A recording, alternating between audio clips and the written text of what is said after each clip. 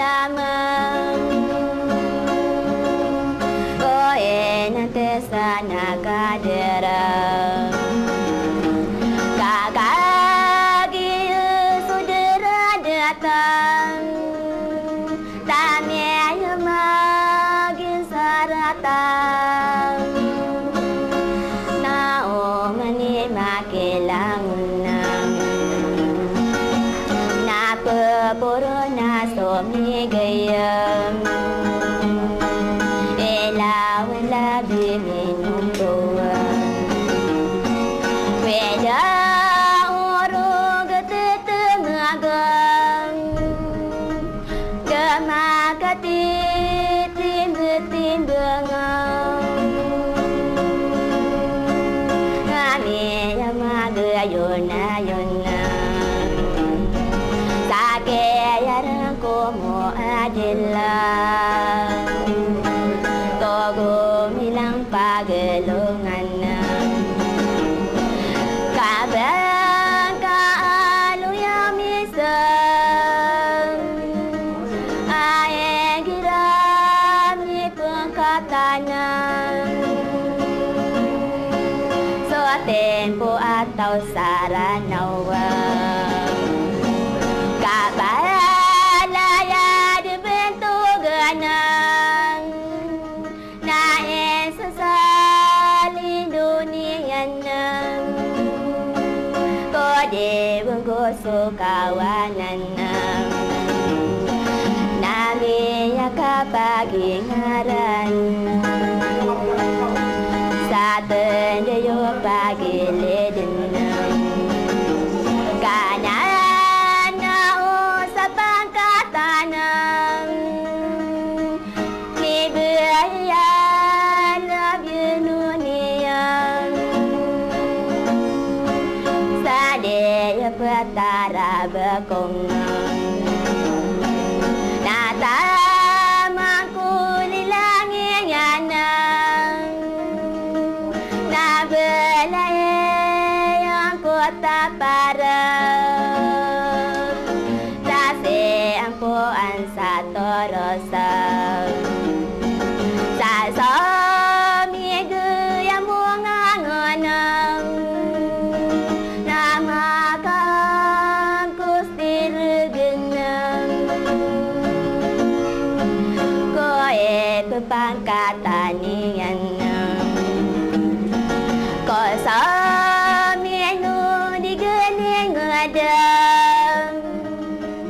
nagogia dato ayang ae no se dato hansam natamaki dato tanjiam naipan depat kekal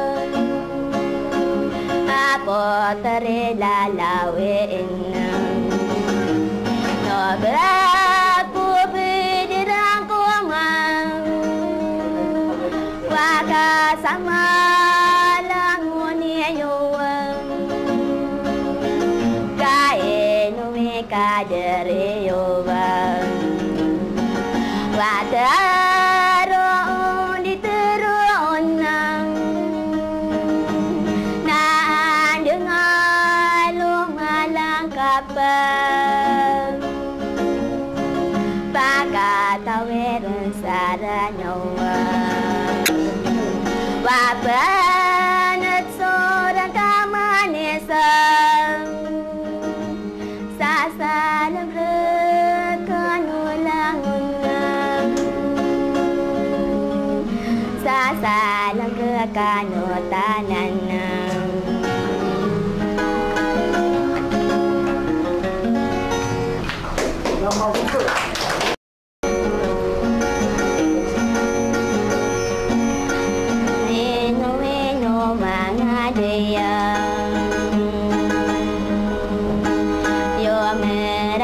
kono aku wa ma bilu ya ada manang nama wita pagi nubuna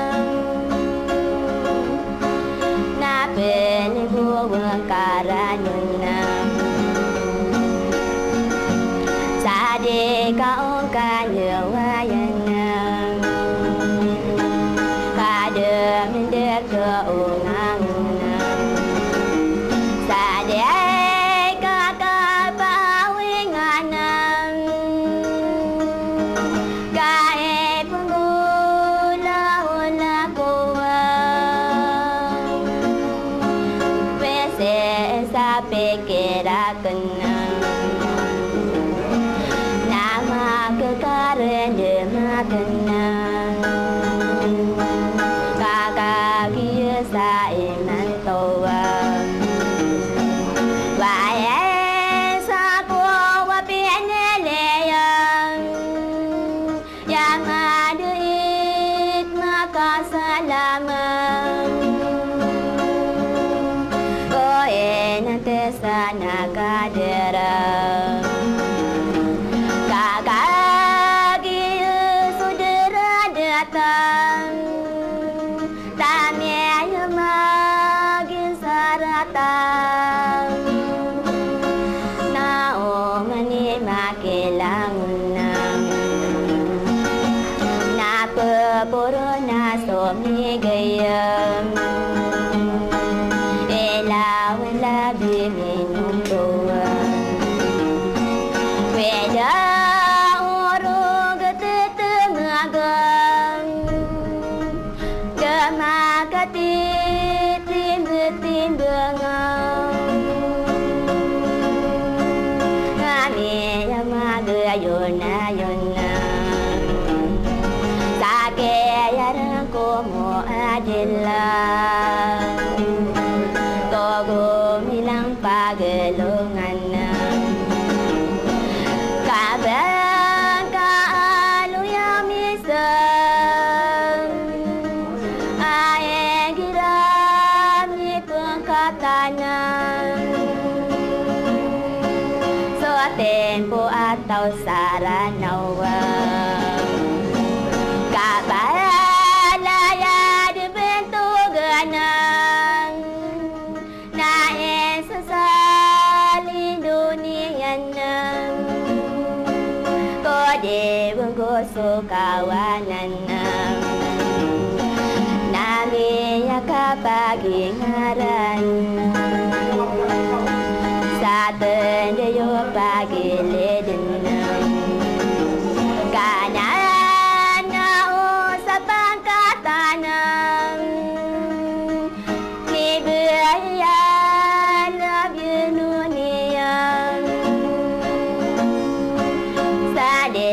petara bekongan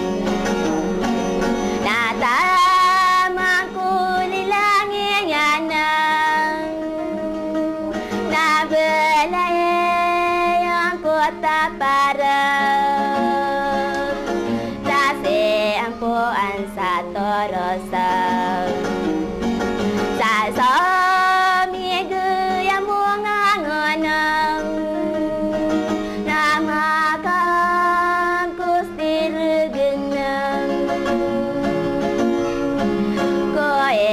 pangkatan niyan ko sa menu digening ngadang nagogia dato ayang ae no se dato hansam nata maki dato tanjiam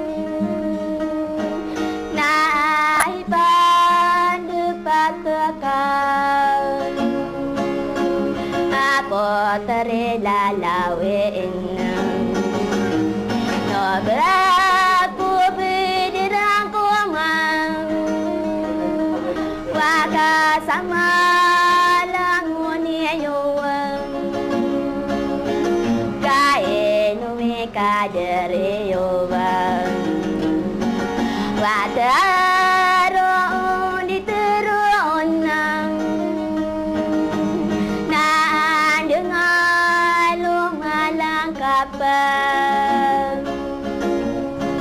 pakatawerun saranawa wabanat sorang kamanisang sasalam rekanulangunang